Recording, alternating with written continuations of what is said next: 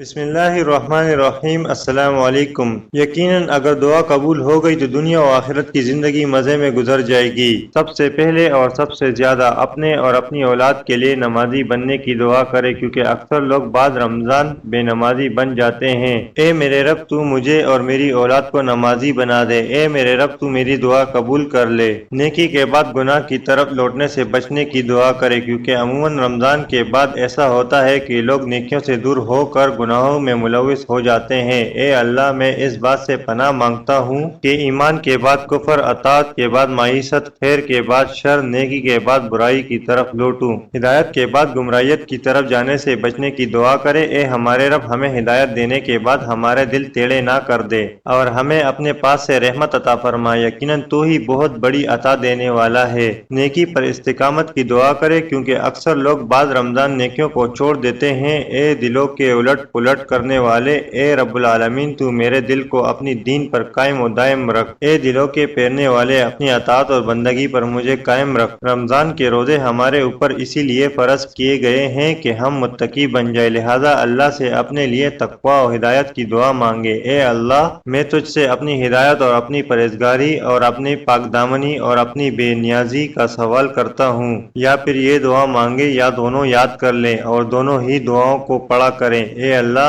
میرے نفس کو تقوی اور پرہیزگاری عطا فرما اور اسے پاک کر دے۔ تو ہی سب سے بہتر اسے پاک کرنے والا ہے، تو ہی اس کا ولی اور مالک ہے۔ دنیا میں عمل صالحہ بجا لانے اور آخرت کی بھلائی کی دعا مانگے۔ اے ہمارے رب، تو مجھے دنیا میں نیکی دے، یعنی عمل صالحہ کی توفیق دے، اور آخرت میں بھی بھلائی سے نواز اور مجھے جہنم کی آگ سے بچا لے۔